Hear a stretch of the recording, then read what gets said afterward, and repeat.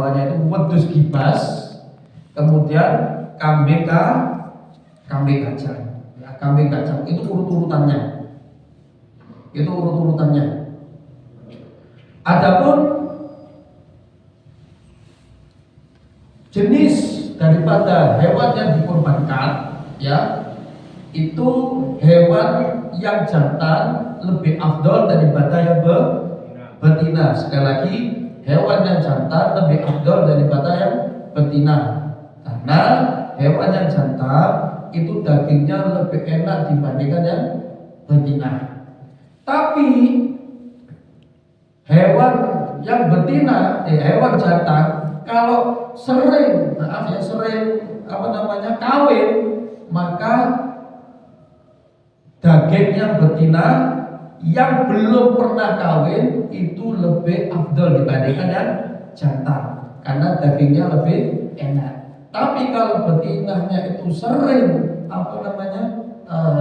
kawin, melahirkan, kemudian lagi hamil, melahirkan lagi, maka daging yang jantan lebih diunggulkan, lebih diutamakan, karena dagingnya lebih enak. Baik. Kemudian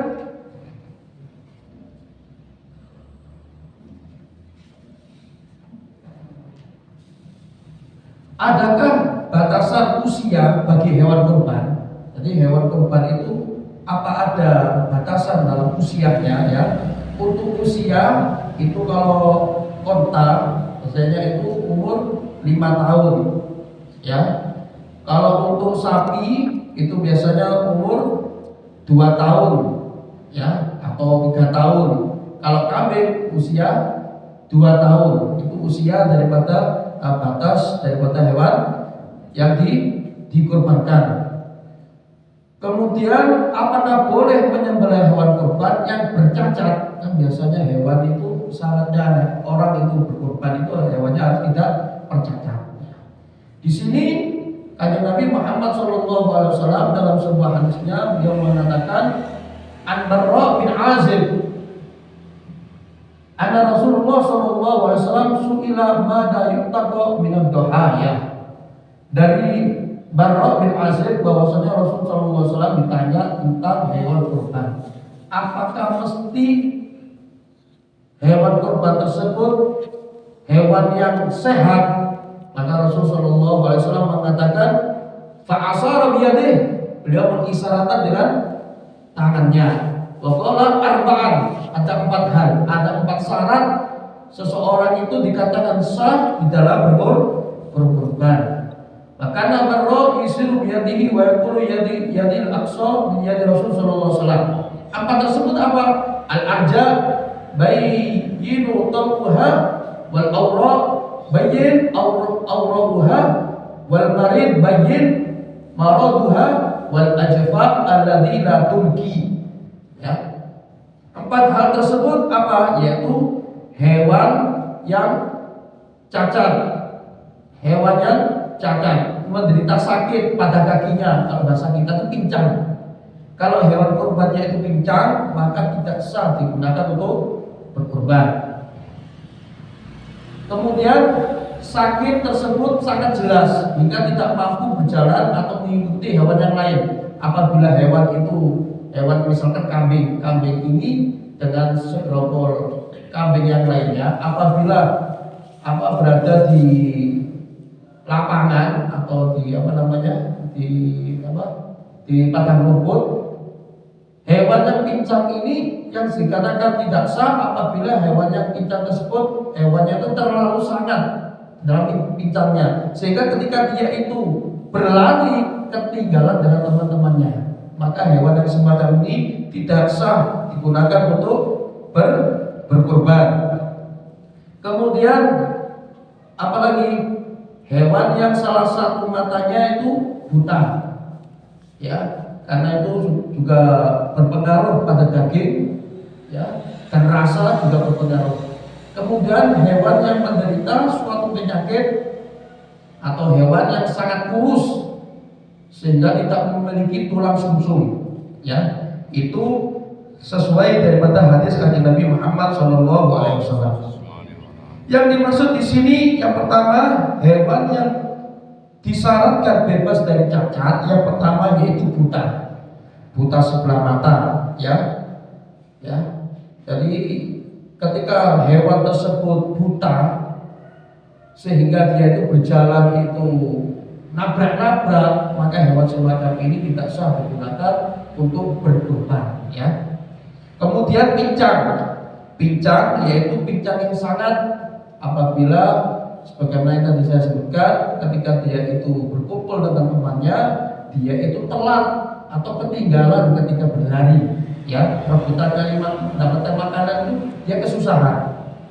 Kemudian sakit yang dimaksud di sini sakit yang keras, ya, sakit sehingga dia itu dikasih makan tidak mau makan, ya, kemudian dikasih minum tidak mau minum, melentruk diam gitu saja, maka hewan yang semacam ini tidak sah digunakan untuk apa? Untuk berkurban. Yang keempat yaitu kurus yang dimaksud di sini sangat kurus sehingga dagingnya itu cuma sedikit. Karena orang itu kalau berkorban disyaratkan, dianjurkan oleh kanjeng Nabi Muhammad SAW, hewannya itu hewan yang gemuk, hewan yang besar, karena diberikan kepada fuqara dan masakin. Semakin banyak dagingnya, semakin afdol, semakin senang fuqara dan masakin tersebut mendapatkan daging kurban tersebut. Kemudian kelima daripada kategori yang berpenyakit yaitu berkudis, ya, berkudis. Menurut pendapat yang asoh, jika kudisnya banyak maka tidak boleh untuk berkurban. Imam Syafi'i memberikan ketentuan bahwa kudis adalah penyakit yang merusak daging dan lemak. Itu kata Imam Syafi'i. Imam Haramain dan Imam Ghazali berpendapat bahwa kudis tidak menghalangi kurban kecuali kalau kudisnya itu banyak. Kalau berpenyakit kudis itu hanya sedikit, maka sah kata Imam Ghazali. Tapi kalau kudisnya itu banyak, maka tidak sah digunakan untuk berkurban. Yang keenam yaitu termasuk dari hewan yang cacat yang tidak sah digunakan untuk berkurban yaitu taulak. Apa taulak? Taulak yaitu selalu berputar-putar di tempat pengembalaan dan tidak mau merumput, ya. Kemudian yang ketujuh yaitu rontok giginya, ya. Kalau sebagian gigi saja yang hilang maka tidak apa-apa. Kalau giginya berserakan atau tidak rangka karena patah dan sebagainya, maka menurut Imam Haramain dan para ulama ahli tahqiq memperbolehkannya atau menganggapnya cukup karena bagian yang bisa dimakan tidak hilang. Sebagian ulama berpendapat kalau gigi binatang tersebut patah karena sakit atau mempengaruhi makannya sampai dagingnya itu berkurang. Biasanya kalau orang itu kalau hewan itu sakit, giginya sakit, kan untuk makan itu kurang nafsu sehingga dagingnya badannya kurus, otomatis itu juga berpengaruh pada dagingnya. Maka itu tidak sah digunakan untuk berkurban. Tapi kalau rontok atau patah, tapi makannya itu lahap, bahkan dengan rontoknya gigi tersebut, patahnya gigi tersebut semakin gemuk, maka tidak apa-apa, sah digunakan untuk berkurban. Karena di antara syarat hewan yang sah digunakan untuk berkurban itu hewannya harus, kalau kambing itu poel, ya, sudah ganti gigi, ya, dari seperti itu. Kemudian binatang yang putus telinganya tidak cukup atau tidak sah digunakan untuk berkurban. Biasanya kalau kambing itu dijadikan satu kan biasanya tukaran, ya, tukaran. Habis itu sehingga luka, entah itu pincang, entah itu buta nanti, atau kudisen, atau gila, atau telinganya itu sobek sehingga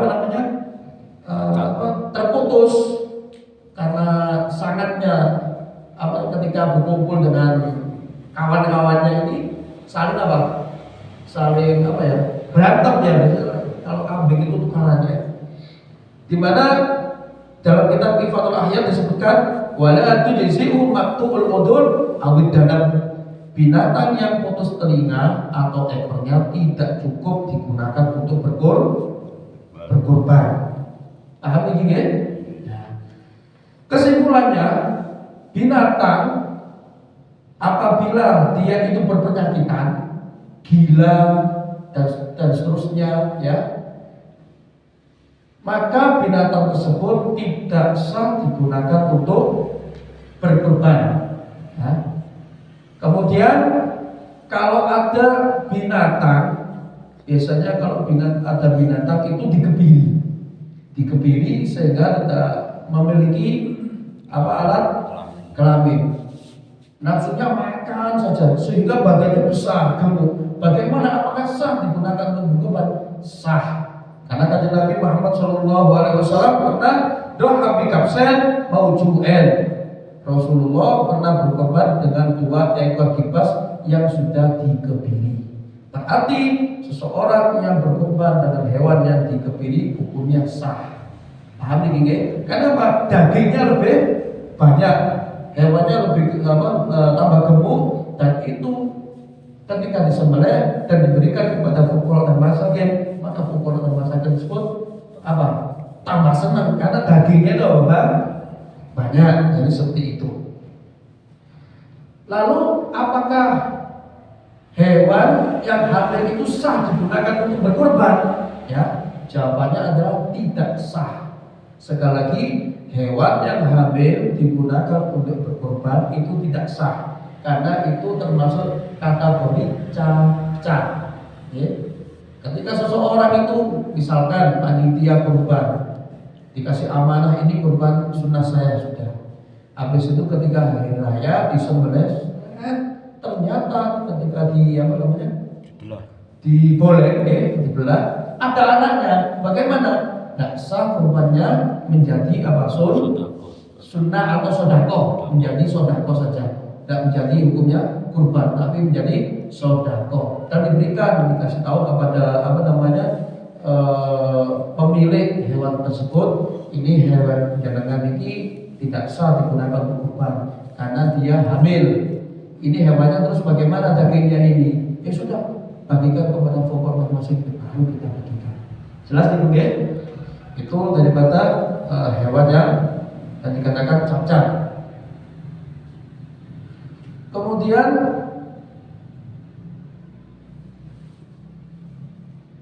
bagi seseorang yang menyembelih hewan kurban, ya, bagi seseorang yang menyembelih hewan kurban orang lain, apakah ia mesti menyebutkan nama yang berkurban? Ya, sebagaimana pertanyaan pada pertemuan yang lalu.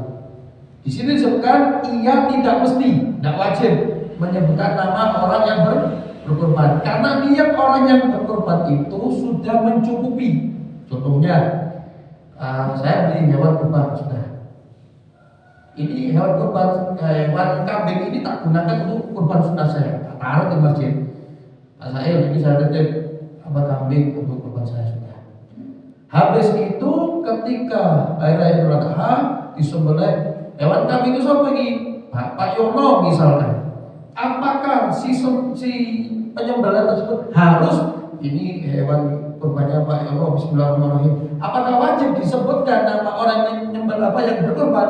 Maka disyaratkan di sini disebutkan tidak wajib. Karena orang yang berkorban tersebut sudah niat.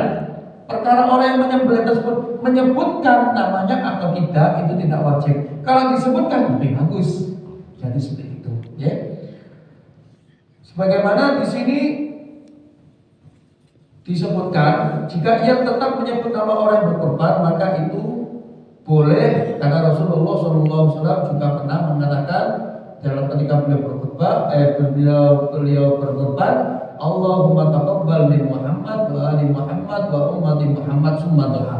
Ya Allah, terimalah dari Muhammad, keluarga Muhammad dan umat Muhammad. Dan umat Kanjeng Nabi yang dimaksud umat di sini adalah umat yang semasa hidupnya belum sempat atau belum pernah berkorban. berkorban itu sudah dikorbankan oleh kanjeng Nabi Muhammad SAW. Nah, ada satu ustaz, seorang dai mengatakan berfatwa bahwasanya seseorang itu menyembelih satu kambing untuk satu keluarga dan itu hukumnya boleh, kata satu ulama ini, seorang dai ini.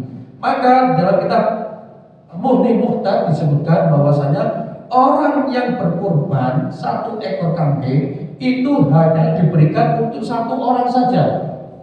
Satu ekor kambing untuk satu orang. Sedangkan sapi ataupun onta itu untuk 7 orang.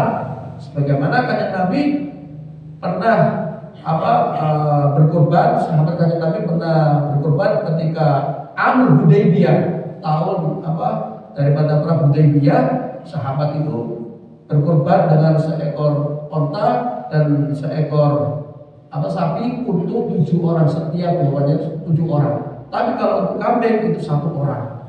Ya. Lalu bagaimana seseorang yang berfatwa bahwasanya 1 ekor kambing itu sah untuk satu keluarga, sebagaimana kan Nabi ini mengatakan Allahumma taqabbal min Muhammad wa ali Muhammad wa ummati Muhammad, ya Allah terimalah hewan kurban ini dari Muhammad, ya dari beliau sendiri, wa ali Muhammad dan keluarganya. Kan keluarganya otomatis banyak. Sedangkan kan Nabi itu menyembelih kambing kok untuk keluarganya, wa ummati Muhammad, bukan untuk keluarganya saja tapi untuk umatnya kan banyak, jutaan, miliaran umat kanjeng Nabi Muhammad SAW. Maksudnya yaitu pahalanya, ya bukan kurbannya tapi pahalanya untuk keluarganya, untuk umatnya, untuk orang tuanya dan seterusnya.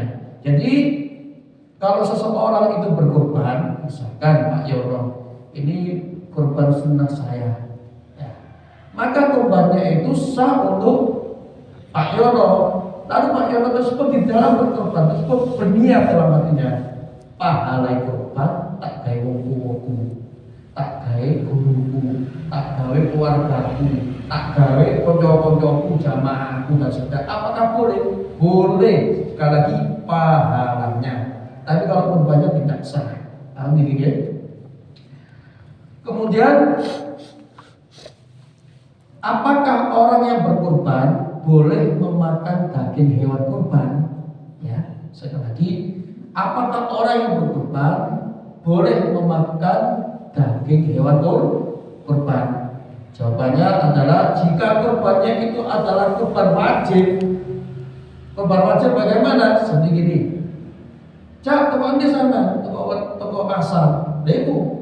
Siapa sampai gawe, ya terus. Ate gawe opo sampean? Kan selamatan enggak tak gawe kurban.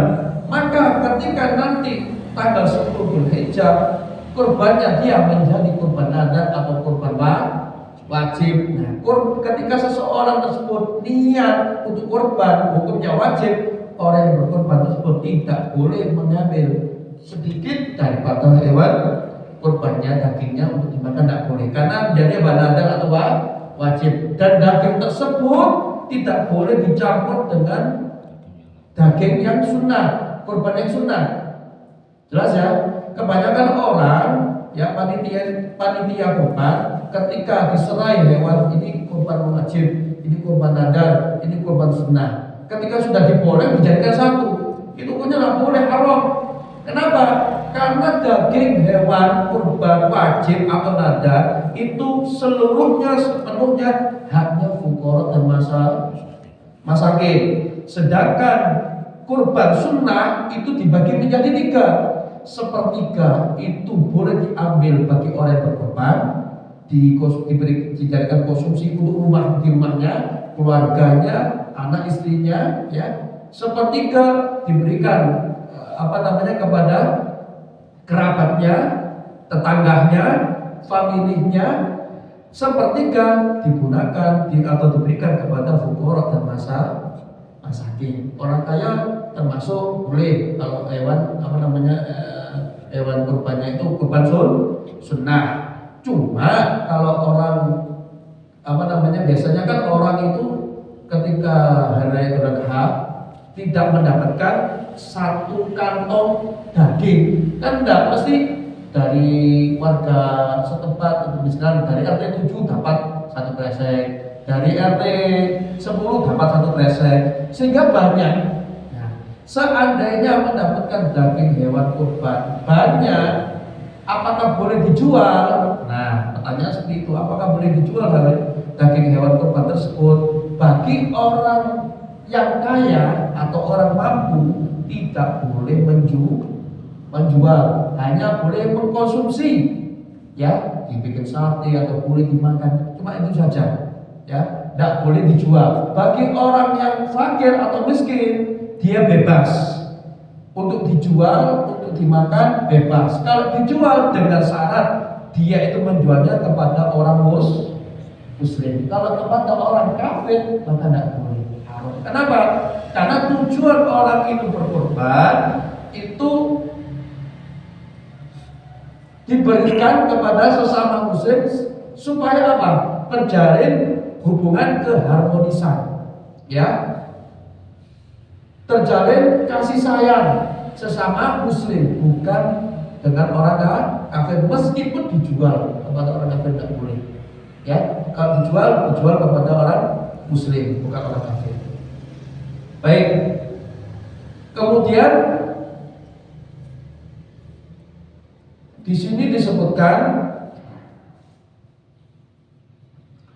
apakah orang yang belum akikoh itu boleh berkurban, ya.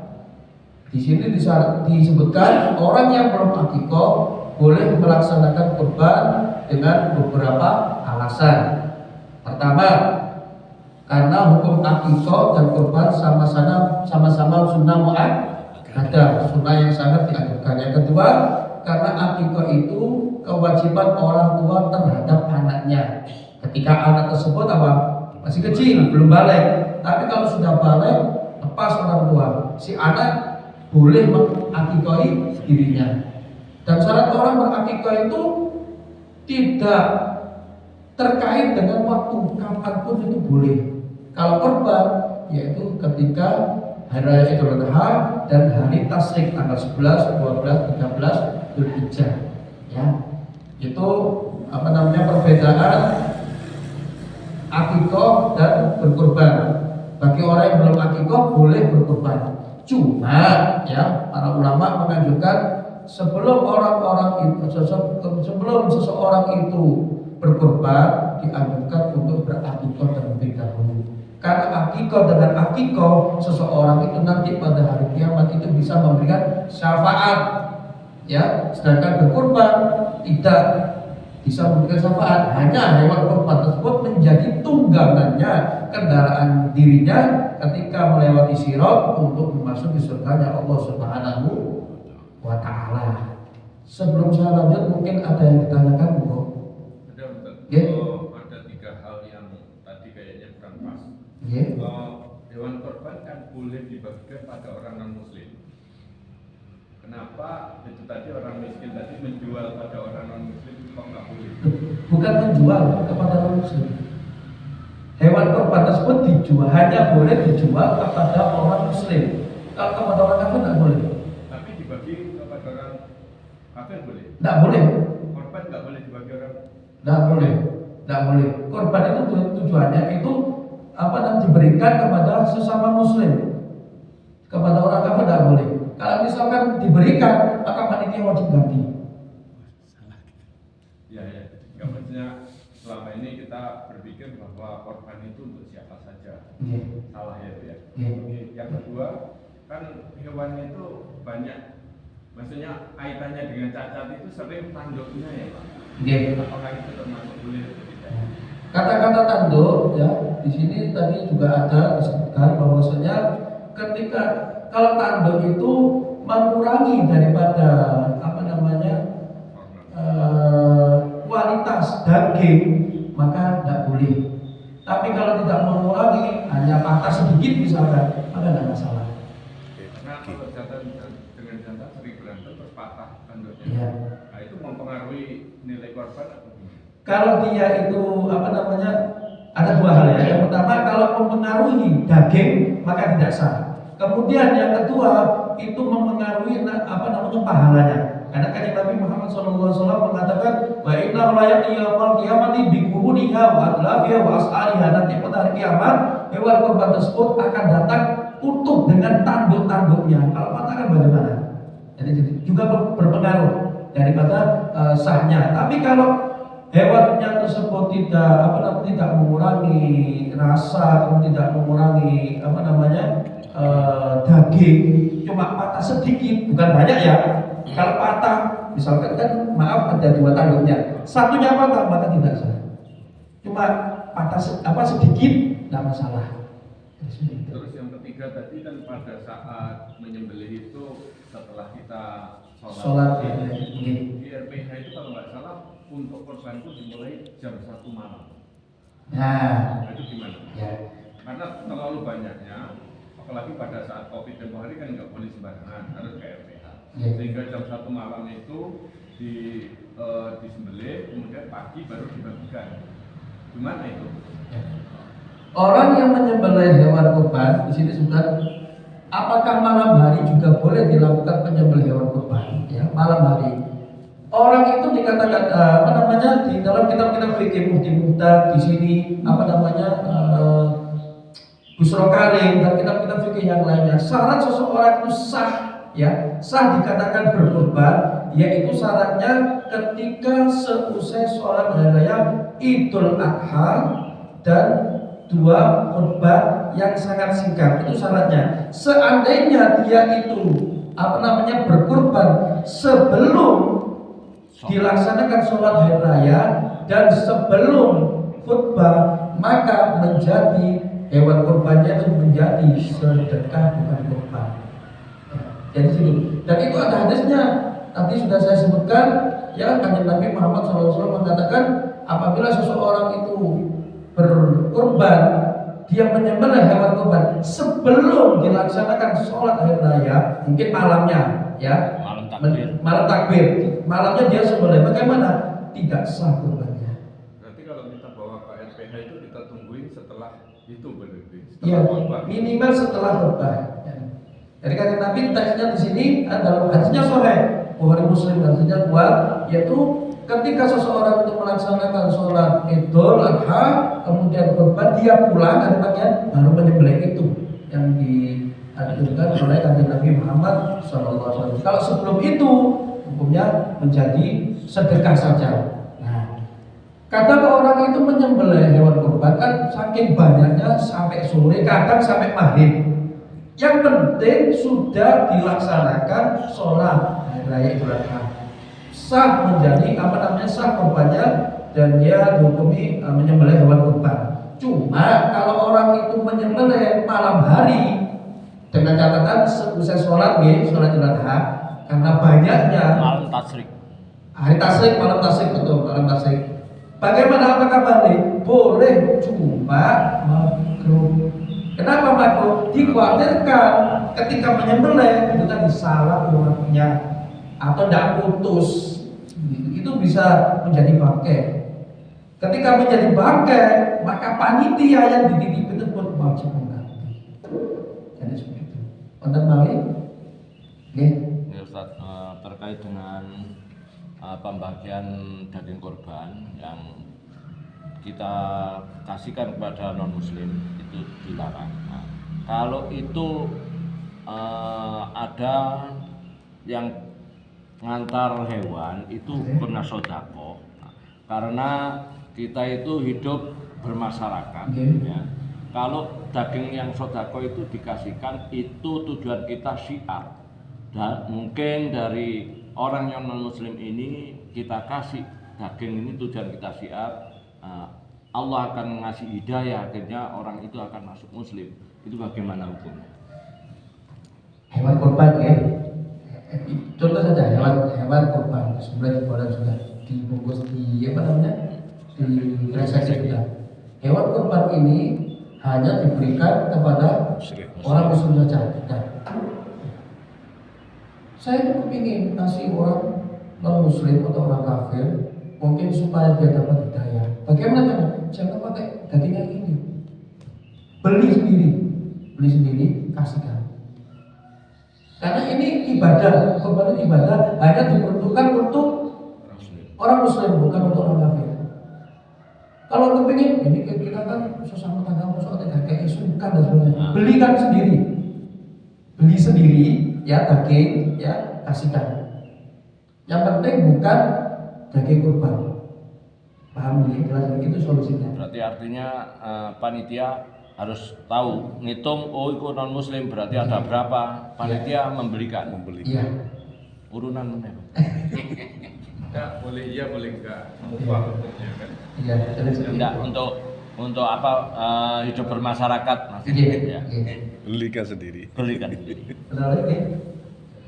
Saya kan opini ya, memang untuk memberikan kepada orang non muslim ini ada ikhtilaf. Memang kalau kita Hidayatul Mustad itu diperbolehkan kita memberikan untuk non muslim, tapi masih ikhtilaf ya. Nihayatul Muhtaj. Ya, Hidayatul Mustad itu diperbolehkan, ya ikhtilaf memang sehingga sebagian saudara kita mengatakan non muslim itu juga masih ada referensi. Tapi memang juga ya bisa karena Ustaz juga ada referensinya, sama-sama ada referensinya. Tapi memang kalangan ulama kita yang banyak berpendapat Yang utama ya, kita kan kalau berpedoman hukum itu kita ambil yang pendapat yang terkuat, yang hati-hati kan gitu ya. Muktamad itulah yasih tidak sah. Jadi seperti itu diberikan kepada orang kafir tidak boleh. Ya. Banyak orang itu, makanya orang itu maaf selaku panitia kurban itu betul-betul orangnya harus pinter, bukan asal-asal bukan terima kambing, bukan gitu. Harus betul-betul pinter di dalam membagikan, kemudian ketika habis sembelih ya. Ketika seseorang itu panitia itu habis menyembelih hewan kurban, ya masih kejar-kejar. Banyak orang nggak ngerti masih kejar-kejar, ya belum terlepas sepenuhnya ruhnya. Itu langsung maaf kakinya itu dipotong langsung digabung-gabung. Itu banyak itu panitia semacam itu. Pengen cepat. Iya pengen cepat ya. Padahal kan Nabi Muhammad SAW dalam hadisnya yang panjang dia mengatakan beridu, diamkan, biarkan dingin. Artinya biarkan rohnya itu lepas sepenuhnya. Jadi jangan sampai habis disembelih, sudah muncul darahnya, masih kejar-kejar, ya masih ada sisa-sisa, langsung diganggu, nggak boleh orang. Biarkan dulu.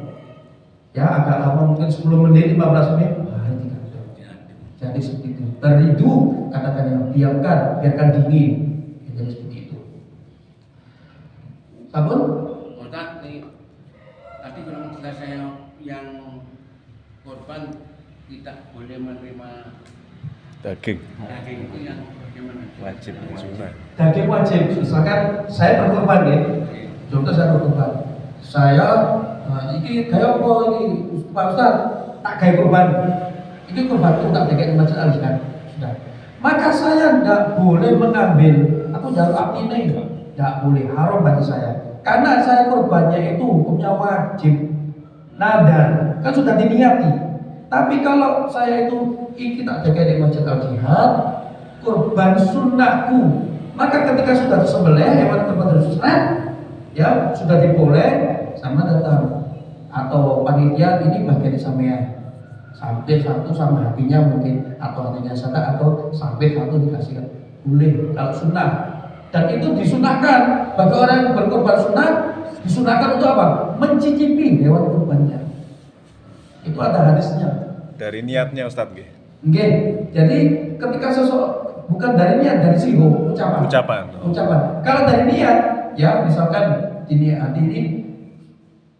beli kambing, misalnya saya beli kambing juga, tak kayak kurban.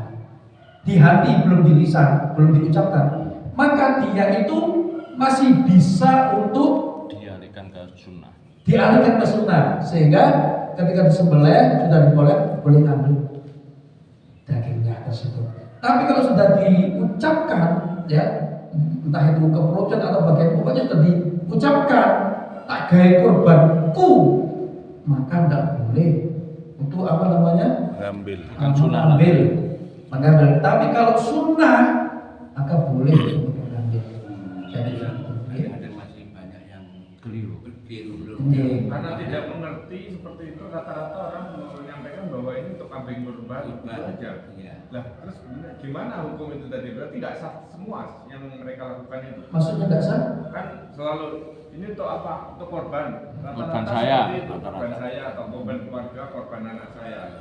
Sehingga tidak ngerti bahwa sebetulnya itu sifatnya sunnah. Panitia Harus menjelaskan. itu harus menjelaskan ini korban sunnah apa korban wajib. Kalau korban sunnah itu pak gini. Kalau korban wajib itu gini. Nah ini untuk apa?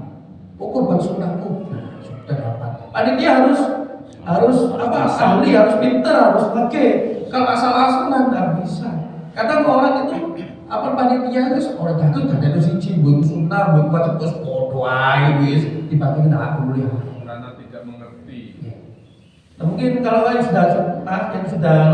sudah berlalu, insya Allah sudah diampuni oleh Allah. Banyak istighfar sudah, karena sudah salah jadi seperti itu. Soalnya selama ini panitia menyembelih itu juga nggak tahu ini membedakan sunnah, ini wajib. Oh, Kalau niat itu kan harus besar, Ustaz. Jadi niat yang dari hati, yang lafaz Lisan tarinan fi'il. Ya, kalau lisan itu kan Penyampaian. istilah ya, Ustaz. Jadi kalau membedakan korban sunnah apa wajib itu kalau dilihat ikrohnya atau lisannya itu dikatakan wajib itu kalau dia mengatakan wajib, dikatakan sunnah kalau dia mengatakan sunnah. Kalau hanya korban saja ini kan Membingungkan panitia. apa? Membingungkan panitia. Ya, karena di Nur saya ngapunten. Di itu aja ngisi belakang aja itu kan korban. Kalau korban aja Makanya harus dikatakan wajib, maka wajib semua. Karena di belakang aja kan dikatakan satu hebat. Sunnah, wajib. Jadi kalau ikrar berarti kalau wajib itu sudah disebutkan wajib. Kalau sunnah monggo. Setiap ibadah itu kata-kata muqtarinan bi fi'il itu beda-beda di dalam ibadah. Maksudnya kalau ketika antum sholat, kita sholat Allahu Akbar itu harus muqtarinan. Wudu muqtarinan. Sodako, kurban, zakat gak wajib muqtarinan.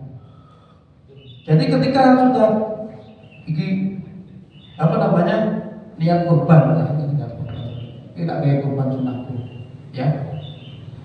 Terus orang yang panitia tersebut menyembelih iki udah suwe kayak Pak Yono, kayak Pak Joko, kayak sopo mbok bismillah Allahu Akbar sah kurbannya tidak harus disebutkan kadang-kadang kita tidak harus dari segi itu. Yang muqtarinan itu ketika sholat, ketika wudhu itu muqtarinan bi fi'il. Tapi zakat, sedekah, kurban itu enggak. Niatan saja dalam hatinya, habis itu apa namanya prakteknya lain itu sudah sah. Niatnya yang penting niatnya. Banyak kekeliruan di masyarakat di antara gini. Satu contoh. Kurban sing salah nih, kurban sing salah. Satu contoh gini. Misalkan satu sekolah memberikan apa namanya urunan kepada Murid-muridnya ditariin. kolektif ya urunan ditariin misalkan 10 ribuan atau 50 ribuan sudah saat sekolahan tes habis itu datang apa namanya jagal tukang pemotong penyembelih iki korbannya sopo iki korbane arek-arek sekolah. Bagaimana? Nah, terus bagaimana? Kan untuk pelajaran supaya mereka itu ngerti korban kok ini. Itu tetap tidak sah dan salah. Apa namanya dalam memberikan solusi pelajarannya salah. Bagaimana yang benar biar korbannya itu sah, yaitu urunan, ya. Jadikan satu belikan kambing sudah, jeglek sudah. Nah, supaya korban ini apa namanya sah digunakan untuk korban, berikan hewan kurban ini kepada salah satu guru yang semasa hidupnya belum pernah berkurban, atau berikan kepada salah satu guru sing fukara atau masakin. Ini Pak wedhus ge sampean toko anak-anak digawe kurban di sekolahan di pelajaran, dibuat pelajaran anak-anak maksudnya kurban wong ini, tapi wedhus iki gawe sampean oleh anak sembelih di sekolah buat pelajaran anak-anak. Oh alhamdulillah, gak apa-apa. Nah, ketika disembelih atas nama satu orang tersebut maka sah kurbannya. Tapi nek gawe sak sekolahan, tunggu sopo, sak kowe gak sak sekolah, maka tidak sah kurbannya, menjadi sedekah saja. Itu banyak terjadi semacam itu di masyarakat. Sampai sekarang Nah, itu pelajarannya keliru.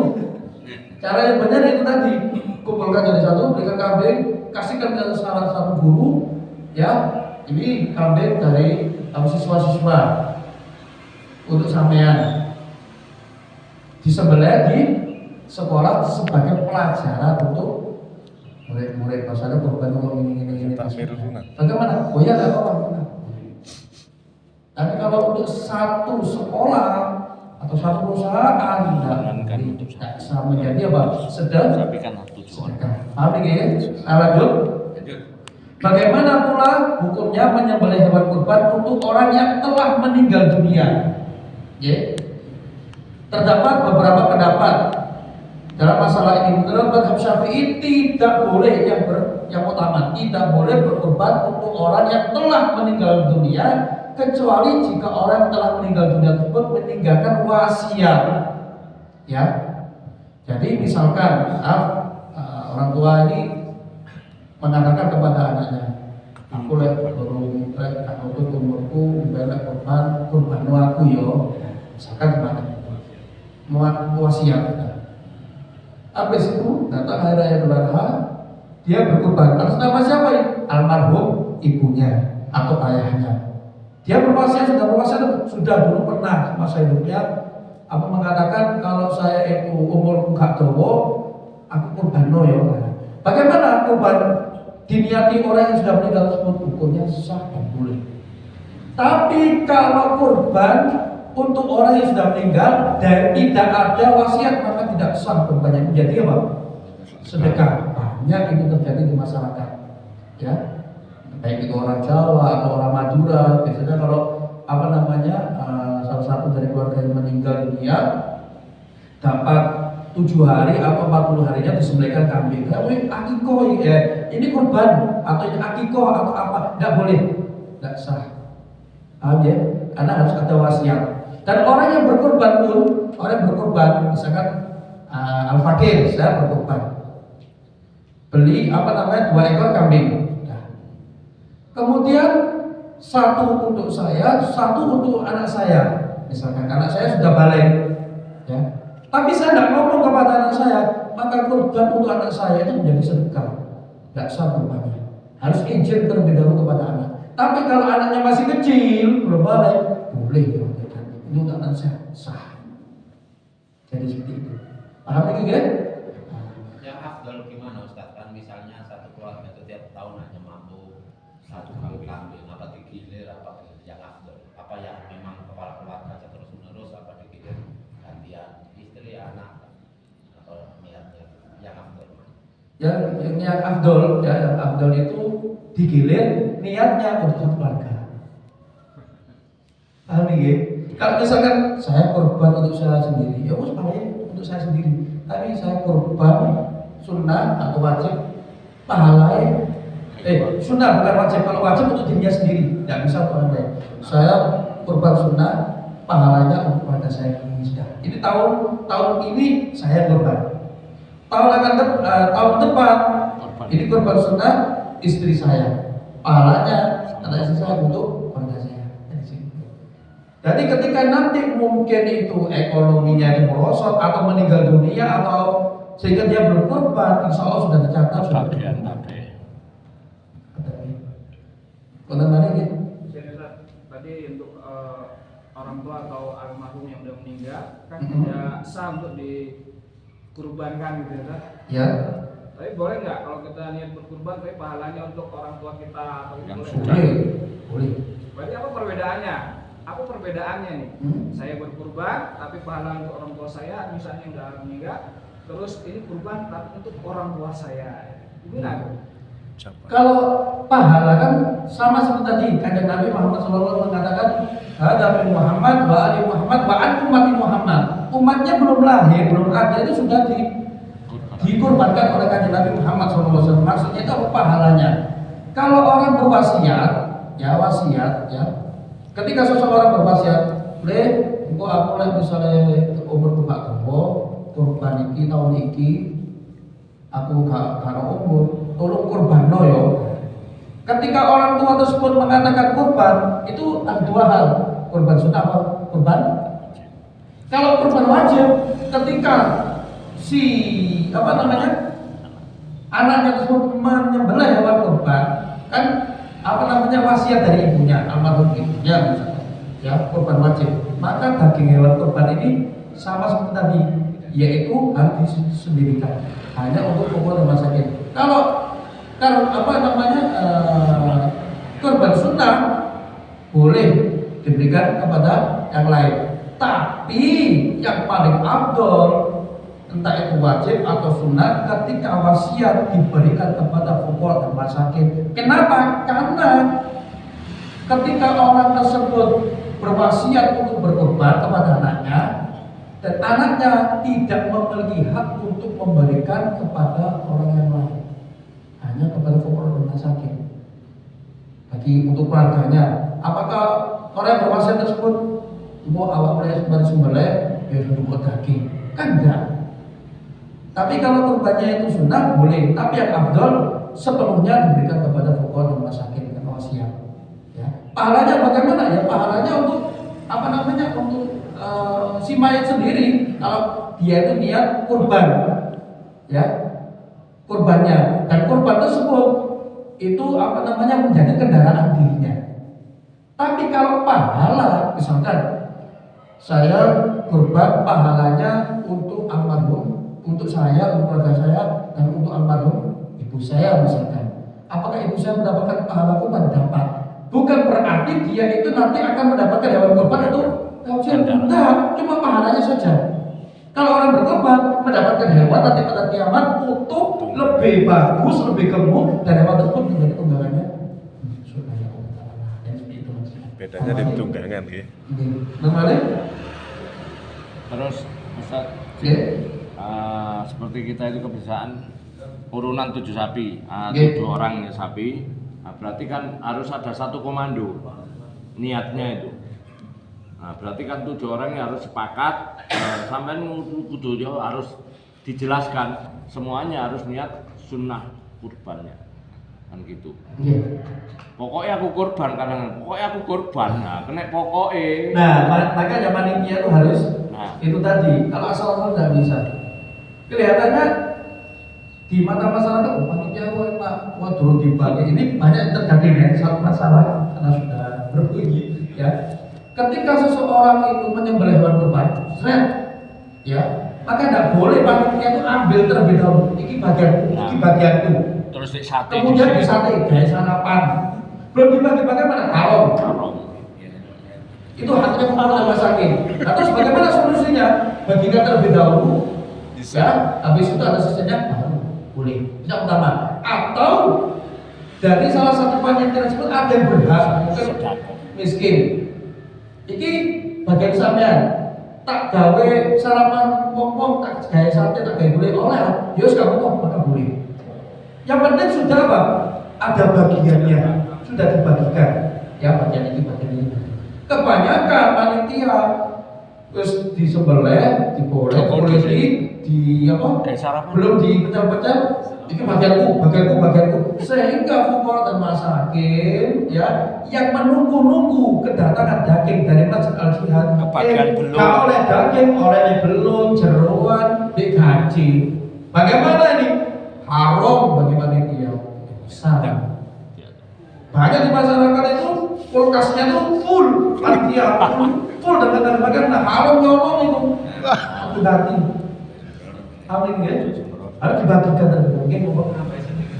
Nggih. Jadi karena berkorban untuk orang meninggal itu memang ada dua qaul di Imam Syafi'i, Ustaz. Nggih. Kalau di kitab Hasyiah Qalibi. Al-Mahali, Ahli. Imam Rafi'i dan Imam Nawawi memperbolehkan. Nggih. Hanya second opinion aja Nggih. sebenarnya di masyarakat kan Perbandingan untuk perbandingan. perbandingan aja di kitab itu. Di dalam kitab Buhyatul Mustarsyidin ya, Al-Mu'tamad ya, jumhur ulama ya, bukan mutaqaddimin yang mutaakhirin.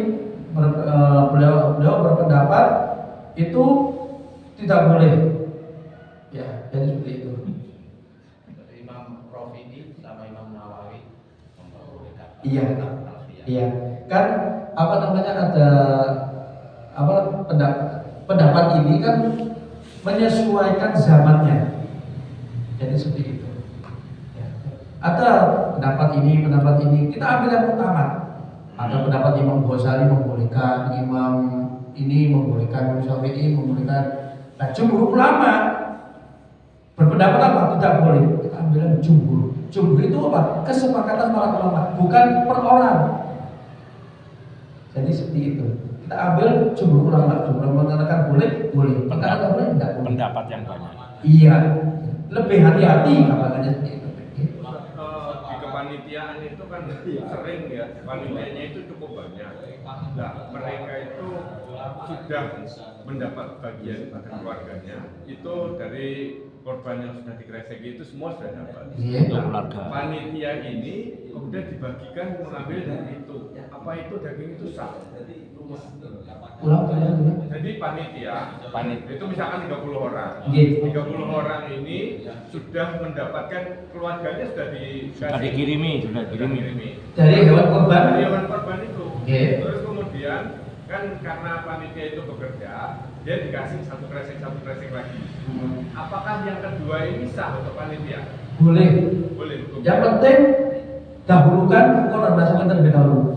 Lek ono sisae, wis iki sampean wis apa jenenge? Bagi. Jadi panitia tak tambahi, boleh. Yang penting dibagikan dulu yang ini. Yang pokoknya dulu.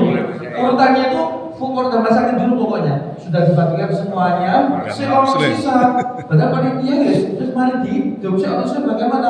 Wis tak kei double ya. Boleh. Yang double itu. Soalnya Al-Jihad yo perlu terus sampai nang dampit barang. Insyaallah. Alhamdulillah. Ikut bukan sebrewok. Soalnya sudah tercover semua, terbagi semua. Panitia wis oleh kabeh. Loh, tahu-tahu maghrib itu tambah akeh.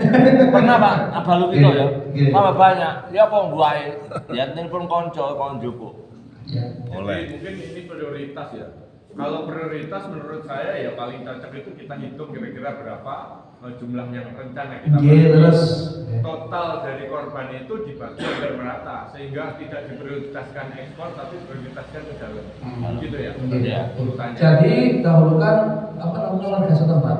Misalkan ini daging ini apa korban ini kalau tahun lalu itu per rumah ini dapat 3 kilo, daging itu ada ini.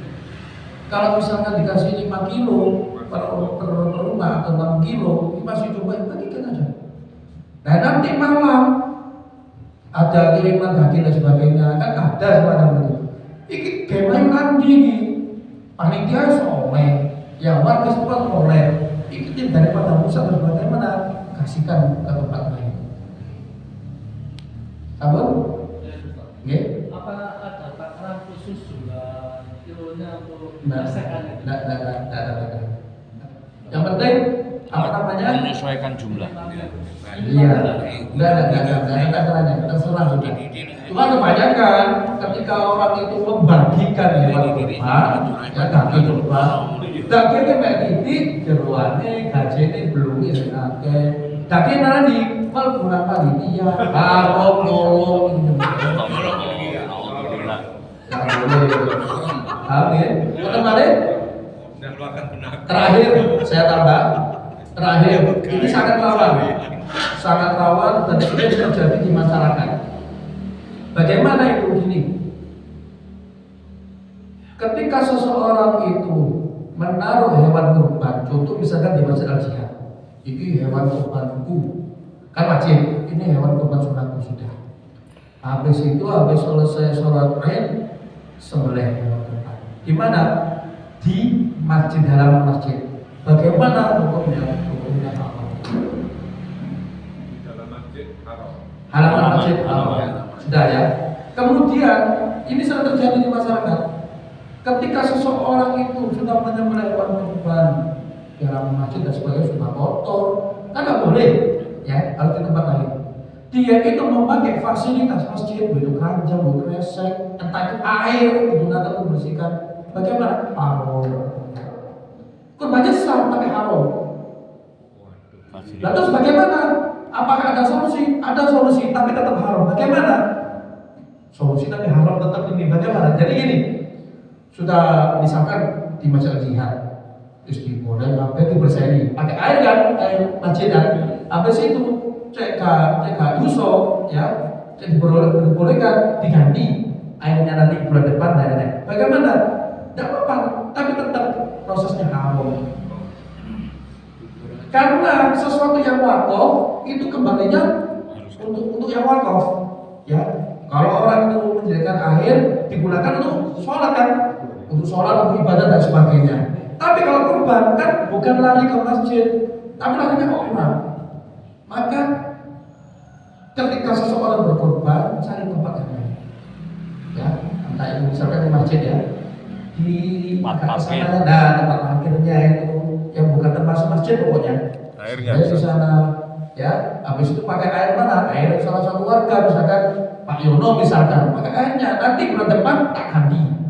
Nah makanya orang itu ketika misalkan namanya kolektif, ya kurban, misalkan harganya itu 20 juta misalkan, sapi misalkan, atau kambing harganya 15 juta misalkan, misal itu saja.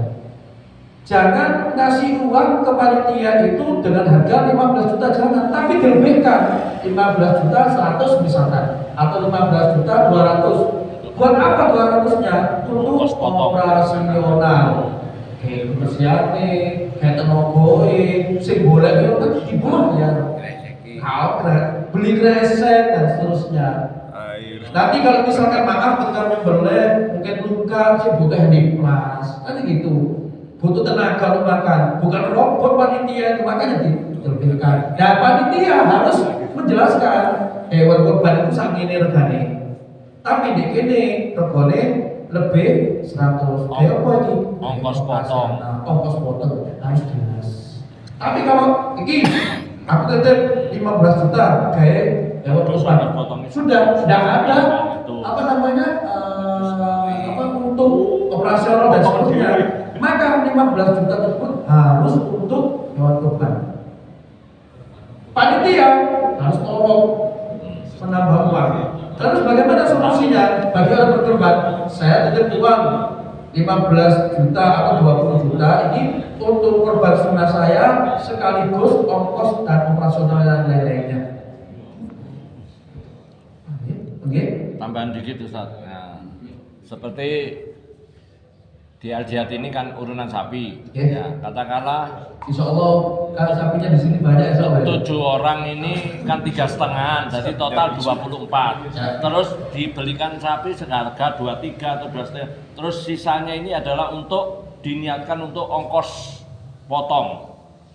Nah, berarti kan 24 juta beli sapi, 23,5 sisa 1 juta. Ini untuk operasionalnya. Itu hukumnya bagaimana? Yang kedua, seperti Al-Jihad ini penggunaan air. Penggunaan air ini kan selama ini pakai di sini. Tapi saya sebagai ketua takmir sudah izin kepada donatur yang bayar banyu, bayar air ini. Beliaunya saya datangi, saya ada ijab kabul, saya minta air. Nah, nanti kalau bayarnya nanti dari panitia korban. Nah, beliau menyampaikan, wes Pak Sail gawe-gawein saya ikhlas. Itu hukumnya bagaimana? Apa itu masih masuk masjid? Ya. Yang pertama tadi, ya apa namanya hewan kurbannya itu lebih, lebih daripada harga hewan kurban. Bagaimana? Ya, bagaimana? Sah, boleh. Dengan syarat itu tadi dijelaskan. Tapi kalau orang saya itu titip uang apa namanya untuk beli 5 juta 5 juta kayak apa ini 5 juta ini Pokok tuh nasional apa kayak aku kayak apa gawe kurban kolektif itu sapi 5 juta maka 5 juta tersebut wis Harus utuh. tidak boleh harus utuh 5 juta tapi kalau apa namanya orang itu mengatakan ini 5 juta 500 tak gawe kurban sunnahku kolektif kayak itu sapi beserta operasionalnya maka boleh harus dijelaskan tapi orang itu ketika berikrar kayak korban wis gak boleh dikurangi bagi panitia mungkin ngomongnya kayak korban tapi itu wis aja apakah boleh tak cukup apa 2000 kayak itu rasa gak boleh apa Pernah itu terjadi Ustaz. Tak tanyakan ya, loh. Terus ongkos potongnya apa? Ya wis iku. Terus gimana yuk? kalau sudah apa namanya termasuk daripada risiko tadi ya berarti bebas bagi panitia boleh mengambil kebanyakan orang itu ketika apa namanya niat korban iki gawe korban kan dijelasno mbok iku gawe operasional maupun harus kadang iku korban sunat wajib juga ngerti bagaimana dia harus menjelaskan itu kan tapi kalau tidak menjelaskan oh ya wes tak terima maka full untuk korban tidak boleh diambil sedikit pun.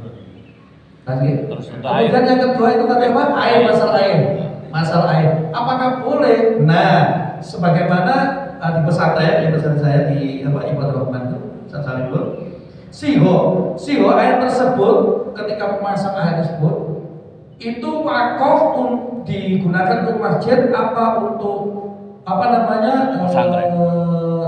yang lainnya nah boleh kayak masjid, bisa kayak apa yang lainnya apakah boleh ketika si wakif orang wakaf tersebut atau yang mendonatori tersebut mengatakan kayak masjid ya sudah masjid tidak boleh tidak tapi kalau bebas sakar pesamean aku percaya pesamean buku kayak masjid buku kayak apa maka cuma tetap menyembelih di halaman masjid hukumnya karena memotori mas. Menyembelihnya kalau penyelenggaraannya misalkan di sini langsung realnya ya. Kita kan melakukannya di situ di depan kamar mandi itu. Itu kan berupa mencacah dan lain-lain. Tapi nyembelihnya ngereseki. Boleh nggak? Kira-kira itu motor masjid apa enggak? Motornya tapi bisa dibersihkan. Nah, kalau menyembelih bisa dibersihkan ya? Bukan, maksudnya nyembelihnya di sana. Ya. Kan di situ. Setelah selesai itu kan semuanya dibersihkan. Dipel lagi. Ya. Yang benar ya, tata cara yang benar itu tetap di luar masjid. Menjaga itu tadi. Jadi betul-betul memuliakan masjid. Kata masjid ini khusus saya masjid itu harusnya itu bersih, wangi. Ya orang masuk masjid itu kerasa gara-gara orang orang kan gitu. Ini nggak boleh haram ini. Jadi orang yang masuk ke masjid itu malas aku kok mabuk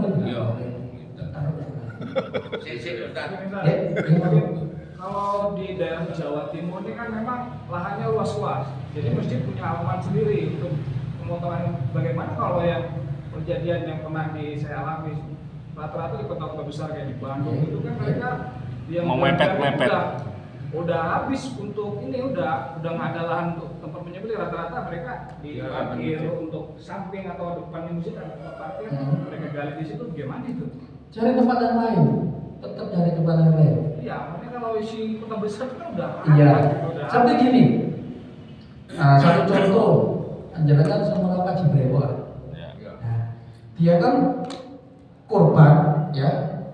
Dia tuh memiliki apa namanya salah satu apa sih ya, bahwa hewan korbannya dia disembelih di tempat lain, korbannya, lalu dibagikan ke masyarakat setempat. Sebagian ada yang disembelih di sana tetap, tapi nanti dagingnya dibawa pulang, diberikan kepada warga setempat, warga tempatnya. Kesimpulannya tetap harus tempat lain, meskipun nyewa. Ya, kadang orang itu wakif, ya, orang yang mewakafkan masjid itu untuk masjid, maka ini tidak boleh digunakan untuk yang lainnya, untuk apa namanya kegiatan menyembelih boleh. Tapi kalau iki tak gawe masjid sak ngene, iki gawe jedenge, iki gawe parkire, betul-betul sudah diperinci, dijelaskan apa ini. Jadi bagi kita yang awam, di masjid, nah, sampai kan nggak ngerti, wis menang. Sopo ngerti apa namanya dia itu menyembelih di tempat yang bukan termasuk wakaf. Kusnudon gitu aja. Kalau ingin selamat, disembelih di tempat lain, baru di apa namanya di warga setempat akhirnya di warga setempat. Ustaz terakhir.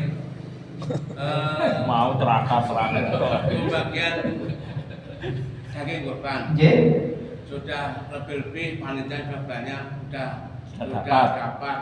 Kemudian non muslim, karena tangga yang non muslim, apa tetap panitia itu untuk memberikan untuk kasihkan kepada non muslim tersebut?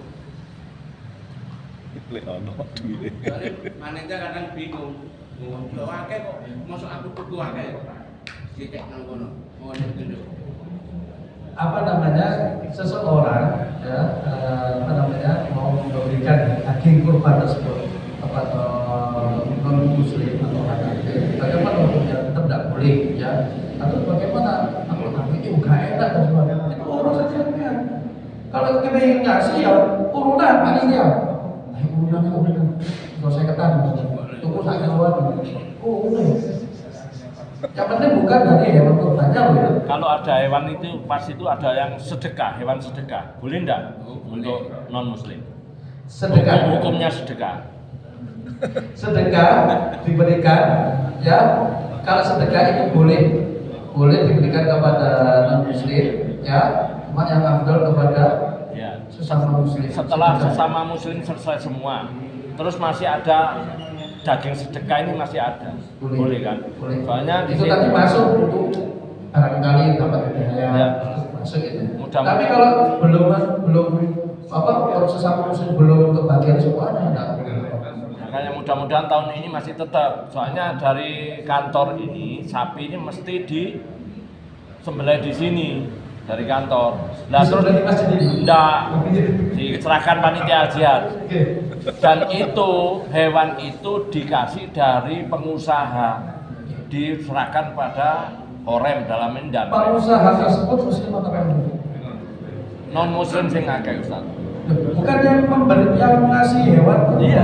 Sekarang Muslim. non muslim dikasihkan ke instansi, tahu yang di Polres ini Pak Kapolsek ini sering menerima hewan-hewan dari pengusaha-pengusaha. Tapi terus diserahno nang panitia tak tolak. Nah kan gitu kan. Jadi hukumnya bagaimana? Kan akhirnya ya karena saya Pak Sofyan ini anggota perintah pimpinan dipotong di sana. Ya akhirnya saya ngambil ini hukumnya sedekah. Jadi orang kafir ya, gampangnya orang kafir membeli pengusaha Alfamart tadi udah tahu sudah taruh di masjid jihad apa hewan kurban. Sedangkan pemilik Alfamart itu orang kafir, lain sambil ada ibadah.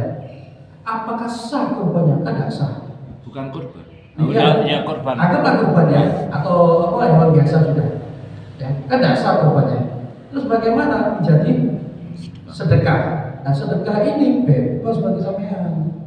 Mau berikan ke siapapun boleh. Berarti setelah dipotong dulu, dimasak untuk panitia boleh ya? Boleh kan sedekah. Boleh, Bang. Boleh. Sing sedekah Ya sedekah boleh. Masalahnya sedekah itu baru sekali setahu saya. 2 kali kan? 2 kali. gitu ya. 2 kali. Jadi seperti itu. Kalau sedekah ya, misalkan, oh ini apa namanya kambing sedekah ya, atau orang itu apa namanya kolektif sudah dibeli, kalau kreseknya sudah dibelikan masih ada sisa uang ini kalau misalkan diberikan untuk kambing masih bisa. Bagaimana? Untuk kambing naik. Habis itu sebelum sholat subuh atau malam takbiran disembelih. Gimana isu sarapan boleh? Ya, biasanya Kapolsek Blimbing itu ngasih gitu. Ini wedhus gawe mangane panitia biasa ae, tapi sekarang enggak. Disiasati gitu aja sama panitia. Sampai namun alhamdulillah selesai sudah akan kita tentang korban. ini terima oleh Allah Subhanahu wa taala, tentu ilmu yang kita dapat manfaat dan kita bisa menerapkan, mengamalkan serta hati-hati di dalam masalah berdepan. Mudah-mudahan kita dosa kita diampuni oleh Allah, kita dirahmati oleh Allah Subhanahu wa taala, dan kita dilancarkan oleh Allah Subhanahu wa taala sehingga kita bisa berkorban di tahun-tahun yang akan datang dan seterusnya setiap tahun insyaallah. Amin ya rabbal alamin. Al-Hadiyah al-Fatihah. Mungkin ini saja yang bisa saya sampaikan. Kurang lebihnya saya mohon maaf. Sebesar-besarnya wabillahi taufiq wal hidayah. Assalamualaikum warahmatullahi wabarakatuh.